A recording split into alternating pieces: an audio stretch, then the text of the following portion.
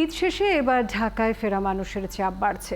সড়ক পথের যাত্রীরা জানান ফিরতি পথে ভোগান্তি হয়নি, তবে কিছু এলাকায় যানজটের কারণে 1 থেকে 1.5 ঘন্টা বেশি লাগছে।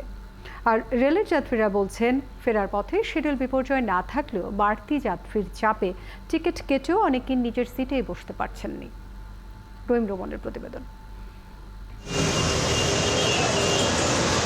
আগামীকাল থেকে খুলছে প্রায় সব ধরনের অফিস, তাই পরিবারের সাথে ঈদ উদযাপন শেষে ঢাকায় ফেরার তোড়জোড় টার্মিনালগুলোতে।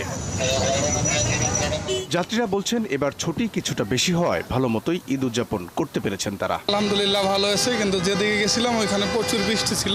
এবার আলহামদুলিল্লাহ অনেক ভালো কাটছে, কিন্তু এই যে যানজট আর ভাড়া অনেক বেশি। তবে ফেরার পথে সড়কের বিভিন্ন জায়গায় যানজটের কারণে ঢাকায় পৌঁছতে সময় বেশি লেগেছে বলে জানান যাত্রীরা। কালকে বিকাল 5টায় গাড়ি ছাড়ছে, বেলা 12টায় ঢুকলাম আর আজকে একটু ভোগান্তি হয়েছে, একটু জ্যামের মধ্যে ছিলাম এই আর। আজকে একটু চাপ আছিল, আজকে সব কাউন্টারে সব জায়গায়। সকাল থেকে যাত্রী চাপ বেশি ছিল রেলপথেও। বড় কোনো শিডিউল বিপর্যয় ছাড়াই ঈদের ছুটি শেষে ফিরছে মানুষ। অনেক ভালো লাগছে, কিন্তু আসার সময় খুব কষ্ট হয়েছে আমার সবার জন্য।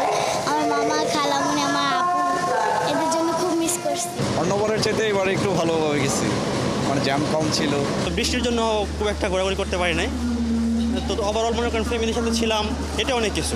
তবে অনেক যাত্রীর অভিযোগ যাত্রী চাপ বেশি হয় টিকিট কেটেও তারা নিজের সিটে পৌঁছতে পারেননি। অনেক ভিড় ছিল, একবার তিল পরিমাণ পাই নাই, দাঁড়ানোর মতো কোনো স্কোপ ছিল না। ট্রেনের ভিতরে অনেক ভিড়ের কারণে ওনার মাথা ঘুরে পড়ে গেছে। চাপাচাপি করে উঠছি, ওঠার পরে দাঁড়া পড়া রাস্তায়, এয়ারপোর্টে এসে একটু ফাঁকা হওয়ার পরে বসলাম। এদিন অনেক যাত্রীকে রেলের ছাদে ভ্রমণ করতে দেখা যায়। রেলওয়ে কর্তৃপক্ষের দাবি, লোকবল সংকটে সব স্টেশনে সমানভাবে তদারকি না করতে পারায় ছাদে ওঠা যাত্রীদের আটকানো যায়নি। আমাদের অতটুকু সক্ষমতা এখনো হয় নাই যে প্রত্যেকটা স্টেশনে ফেন্সিং ব্যবস্থা সুদৃঢ় কিংবা একটা বেজের উপর দাঁড়ানো। অনেক স্টেশন চতুর্দিক দিয়ে খোলামেলা, আমরা অবৈধ টিকিটদার যাত্রীদের ইন্টার করতে চাইলেও তারা বিভিন্ন দিক বিদিক দিয়ে এসে ট্রেনে আরোহণ করছে। রেল কর্তৃপক্ষ বলছে সামনের দিনগুলোতে ছাদে ভ্রমণ ঠেকাতে কঠোর হবেন তারা। রহিম রুমন, ৭১, ঢাকা।